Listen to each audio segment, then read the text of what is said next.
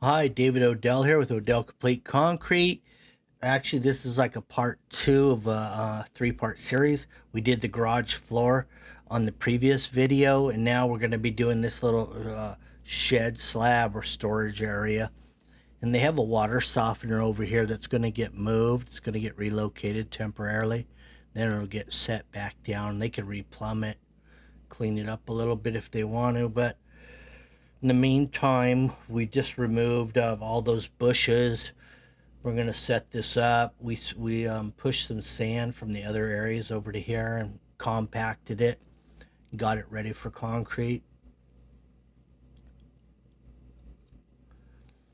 And the reason that I'm doing this, because we have that big area, as you can see out there, that we're going to be doing in concrete. Also, we had the garage floors that we did in the previous. I'm going to do a cold joint, basically the garage floors, which was in the previous, and then also here we're going to have a cold joint off of this shed slab.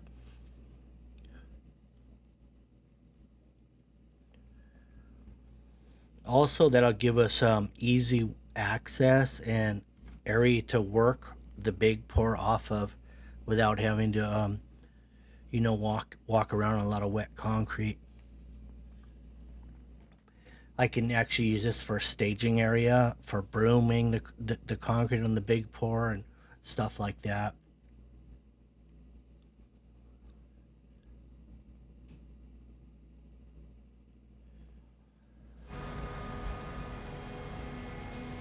Concrete has arrived.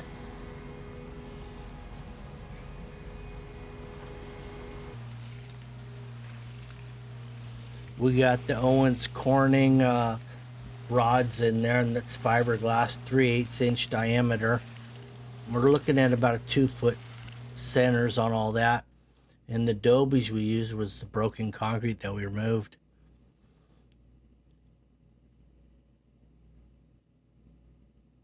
This is a 12-foot aluminum rod. I got two rabbit, huh? Yeah. You only need one, huh? Only one.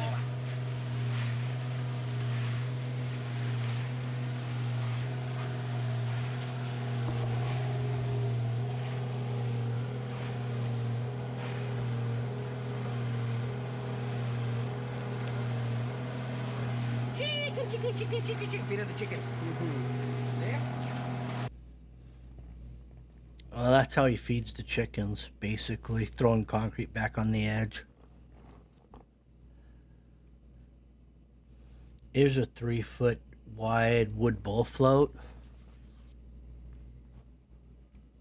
The winner for the DeWalt tool set is kettle corn. Please contact me as soon as you get this info. Thank you. Yeah, I get comments all the time on my YouTube channel. They say, "Well, why do you trowel it so much?" Because they're calling from different parts of the world or country or wherever, where they just bowl float it and they leave it like that. Wow. That's it. Wow. They think that we're doing it wrong over here when we make it look nice.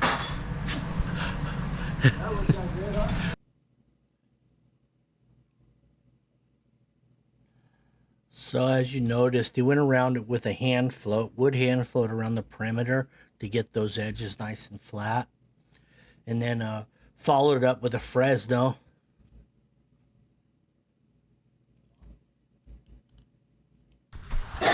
Couple more hoyos there. No más. Ay. See? You see that secreto? Yeah. Buenos secretos, huh? See? What happened, stud? What happened? Little bola right here. Oh, no, I didn't even notice it. Fix it, look at it. Oh, yeah. Oh, sale, suche.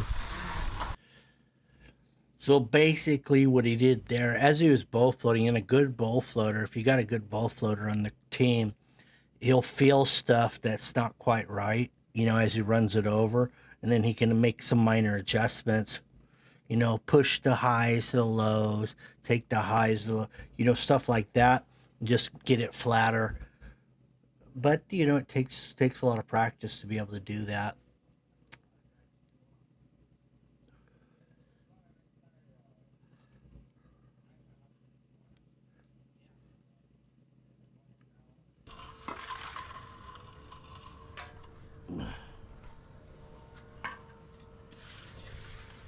right here, I'm just cleaning up the edge. I like a clean form or perimeter before I work the concrete too much, because all that slag is going to inevitably end up in the broom or in the concrete, and you're going to be fighting it forever.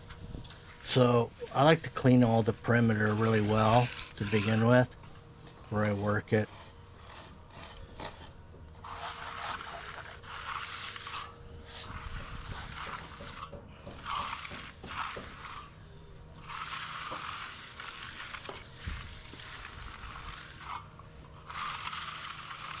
Now this is the first time we troweled it, so that's my 20 by 5 trowel.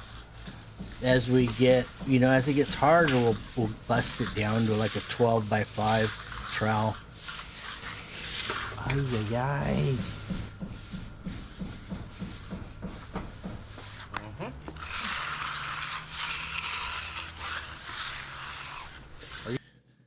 So that was a 1/2 inch edger on the radius.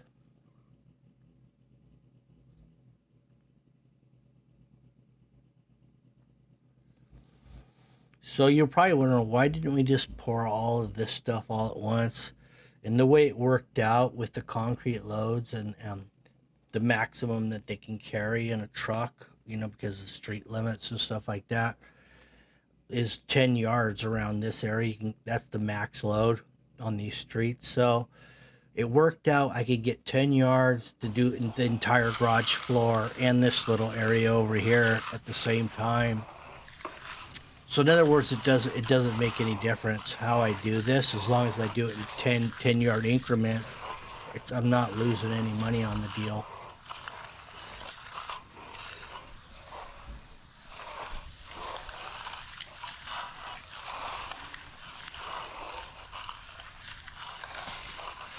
If you look closely at the trowel there, that's a 12 by 5. You can kind of see the fiber mesh a little bit there. As we're troweling, you can see it kind of rolling over.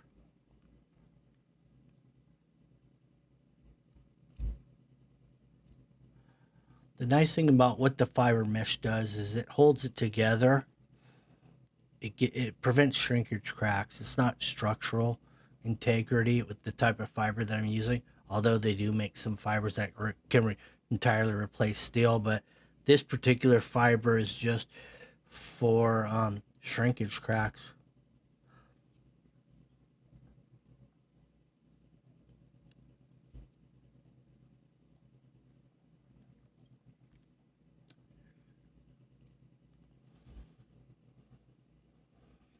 In fact, if you look at the buildings in Rome, they have zero steel in any of their columns or any of their structures there. It was all done with fibers. Not these particular fibers, a lot longer fibers and thicker fibers, but it was all pre-mixed into their concrete, and it's still standing today.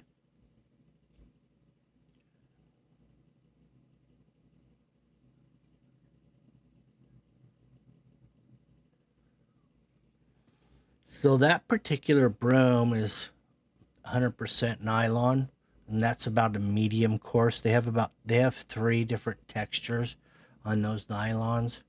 This is your medium. White is your softest, green is your medium, and then black is coarse on your broom bristle color on nylon.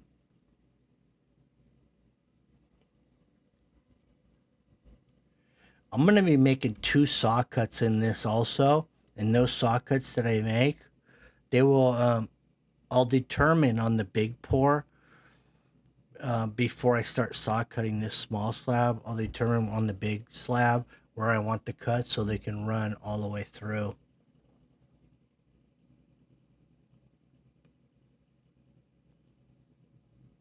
Even though it is a cold joint, even if the saw cuts didn't line up perfectly, they really shouldn't reflect because it is a cold joint. But I figure, why take a chance? Let's just run them straight all the way through, even though these sections of this particular slab may be a little different than the large slab.